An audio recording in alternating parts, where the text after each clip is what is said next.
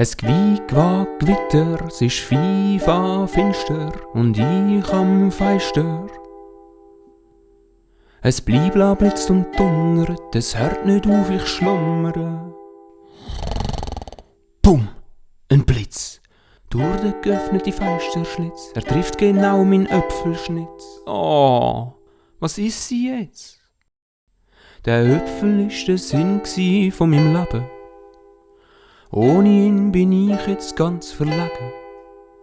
Was soll ich jetzt bloß tun? Es lässt mir doch keine Ruhe. Ein Ananas! Ja, das macht Spass! Ich renne im Regen durch ab die Stege. Es ist nass und rutschig, schleiferig, ich pass nicht auf und bumm! Ein Fass. Ganz dreckig ist es und auch nass und dort geht jetzt Ananas. Also nur fast, weil ich sie feste mit aller Kraft.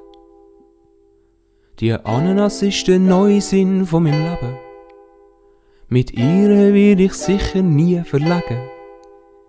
Und egal ob's passiert, ich fühl mich frisch verliebt.